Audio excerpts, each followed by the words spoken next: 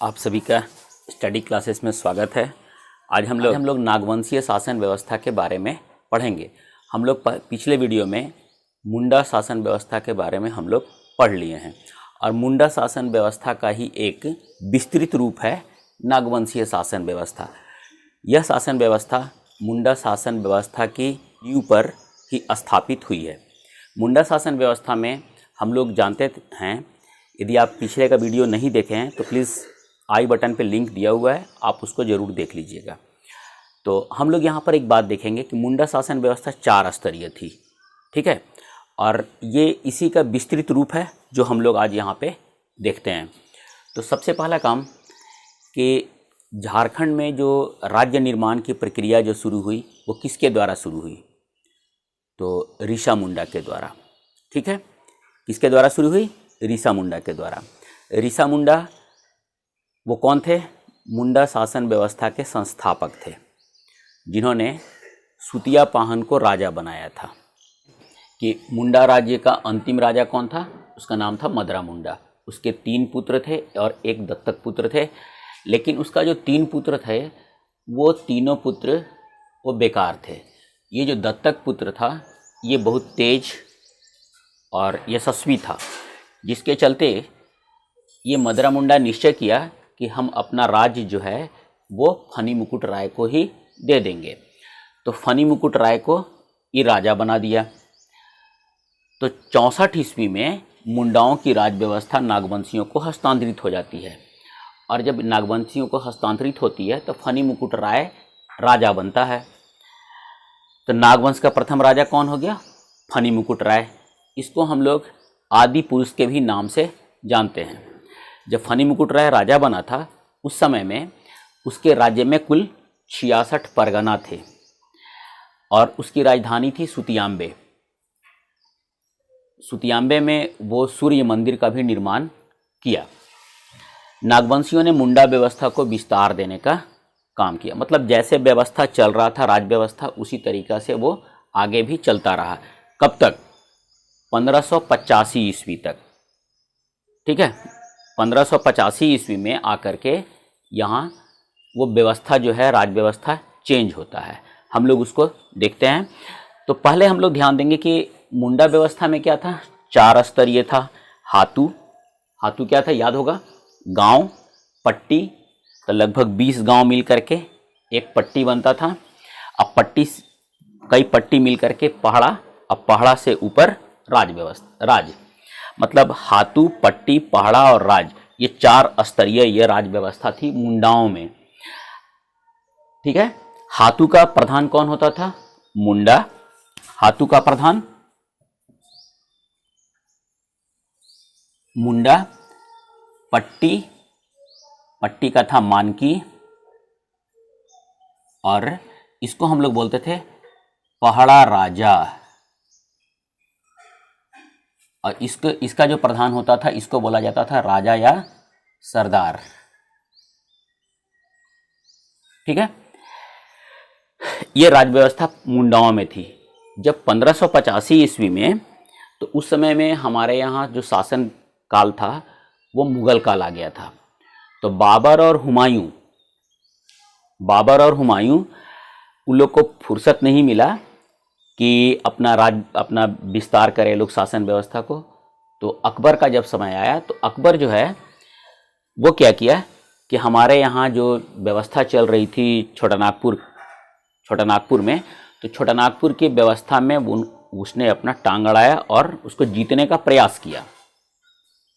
तो 1585 ईस्वी में अकबर का समय था और वो अपना शासन विस्तार के हिसाब के ख्याल से अपने सेनापति, जिसका नाम था शाहबाज खान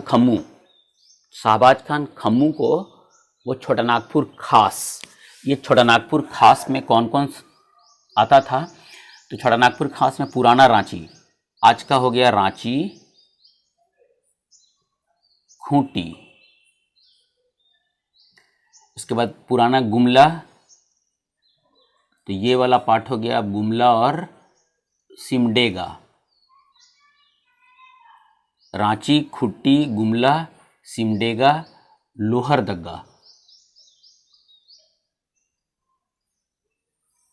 ये मिला करके इसको हम लोग बोलते हैं छोटा नागपुर खास। यही है छोटा नागपुर खास।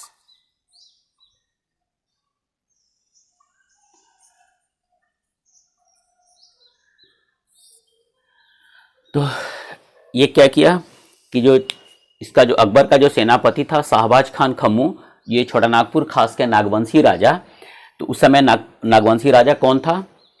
तो मधुकरण शाह, उसको हम लोग मधुकरण साल भी कहते थे, उसका और नाम किसी किसी बुक में मधु सिंह भी दिया हुआ है। उसको वो हरा दिया। हराने के बाद जब वो हराया तो हराने के बाद उसको ले गया अकबर के दरबार में। तो अकबर क्या किया कि अकबर उसको बोला कि ठीक है, तुम नजराना हमको देना। नजराना का मतलब होता है अनियमित टैक्स, मतलब कभी कभी उससे वो टैक्स वसूला जाता था, जिसको हम लोग नजराना के नाम से जानते हैं। तो ये तैयार हो गया। तो कभी कभी टैक्स देता था और बाकी टैक्स लेता नहीं था अकबर भी। इसी तरह से वो चलता गया। लेकिन धीरे धीरे जब समय बीतता गया, समय बीतने के बाद नजराना को बदल दिया गया मालगुजारी में। तो ये मालगुजारी क्या होता है? तो ये पहले अनियमित था, अब ये हो गया हमारा नियमित टैक्स। तो जब ये नियमित टैक्स के रूप में बदल गया तो ये लोग जो थे नागवंशी शासक या मुंडा व्यवस्था में किसी प्रकार का कोई भी टैक्स नहीं लिया जाता था जनता से। ठीक है, इसलिए कि जितनी ये मुंडा शासन व्यवस्था या नागवंशी शासन व्यवस्था में क्या था कि ये लोग था कि खेत बनाने वाले लोग था ये लोग। तो खेत किसी के नाम पे नहीं था, ये लोग खेत बनाता था, इसलिए उस पर कोई टैक्स नहीं लगता था। तो अब ये जब इनको नियमित टैक्स देना पड़ा तो भाई प्रॉब्लम तो होगा, आखिर वो टैक्स कहाँ से लाएंगे? तो ये समय बीतता गया, टैक्स ये लोग पे नहीं कर रहे थे। जो नागवंशी राजा जो थे वो टैक्स नहीं देते थे। तो मधुकरण शाह के जाने के बाद, मधुकरण शाह के हटने के बाद जो 1616 ईस्वी में जहांगीर का शासनकाल था। जहांगीर के शासनकाल में और इधर नागवंशी शासन व्यवस्था में दुर्जन शाह राजा था। तो जहांगीर के समय में जब ये मालगुजारी नहीं पे कर रहा था दुर्जन शाह, तो इसको ग्वालियर के किले में कैद किया गया। इब्राहिम खां जो था वही दुर्जन शाह को कैद करके ले गया ग्वालियर के किला में और इसको कैद कर लिया गया। तो 12 वर्ष का वहां पे उसको सजा सुनाया गया। जहांगीर के द्वारा उसको 12 वर्ष का सजा सुनाया गया। तो जब 12 वर्ष का सजा जब काट लिया तब ये मंजूर किया कि हम 6,000 रुपया सालाना मालगुजारी देंगे। तो जब 6,000 रुपया सालाना मालगुजारी देने को मंजूर किया तो उसको रिहा किया गया, वो 1627 ईस्वी में। तो ये बहुत इंपॉर्टेंट है कि ये मालगुजारी देना कितना मंजूर किया था, तो 6,000 रुपया। उस समय शासन किसका था? तो जहांगीर का था मुगल काल में। और नागवंशी राज्य का राजा कौन था? तो दुर्जन शाह था। इसको गिरफ्तार कौन किया था? तो इब्राहिम खां। यह हो गया। कितना वर्ष का सजा सुनाया गया था? तो 12 वर्ष का। 1627 ईस्वी में उसको रिहा किया गया। कहां से रिहा किया गया था? तो ये ग्वालियर के किला से इसको रिहा किया गया था। अब हम लोग जब 6,000 रुपया सालाना मालगुजारी देना मंजूर किया गया तो 1627 के बाद आता है 1632 ईस्वी। 1632 ईस्वी में ये मालगुजारी को बढ़ा दिया गया। मालगुजारी बढ़ाकर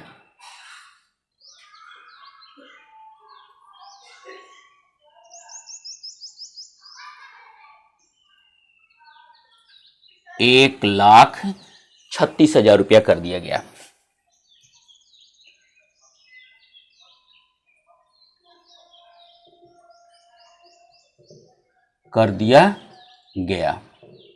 मालगुजारी बढ़ा करके 1,36,000 कर दिया गया। इसके बाद 1636 ईस्वी में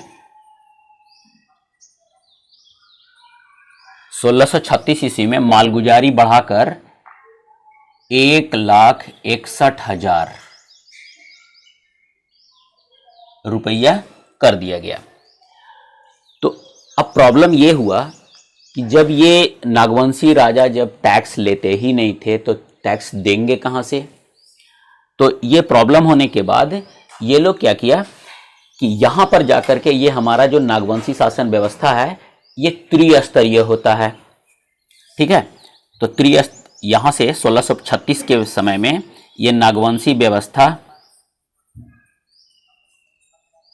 नागवंशी शासन व्यवस्था हातू, और यहाँ पर जो हमारा जो व्यवस्था था वो याद होगा आपको कि हातू के बाद था पट्टी, पट्टी के बाद था, तो हातू, पट्टी, और पट्टी के बाद था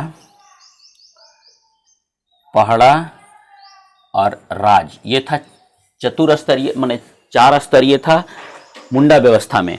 तो अब यहाँ से पट्टी को हटा दिया गया तो ये त्रिस्तरीय हो गया। तो नागवंशी शासन व्यवस्था 1636 के आसपास में, 1635-36 में त्रिस्तरीय हो गई। तो शासन व्यवस्था त्रिस्तरीय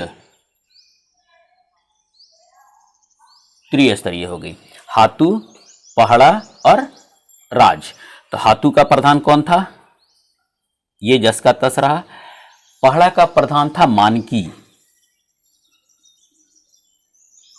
पहड़ा राजा था, तो पहड़ा राजा के जगह पे मानकी कर दिया गया। फिर मानकी को बदल करके मानकी का नाम बदल करके भूइहर कर दिया गया, भूइहर। और ये तो राजा रहा ही, राजा या सरदार जो होता था ये लोग, ये रहा।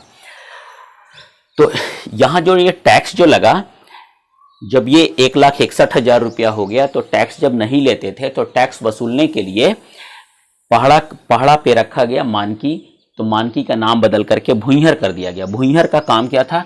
टैक्स वसूलना। इसका काम था टैक्स वसूलना, ये इनका काम यही था। तो यहां पर नागवंशी राज व्यवस्था में नया कर लगाया गया जिसका नाम था पंचावटी और हाकिमी। हम लोग भारत के इतिहास में जानते हैं, आधुनिक भारत के इतिहास में, कि 1764 ईस्वी में बक्सर का युद्ध हुआ था जिससे अंग्रेजों का शासन स्थापित हुआ था।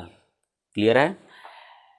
और 1765 में इलाहाबाद की संधि हुई थी जिससे अंग्रेजों को दीवानी अधिकार प्राप्त हुआ था। कहाँ का? बिहार का, बंगाल का, छोटानागपुर का।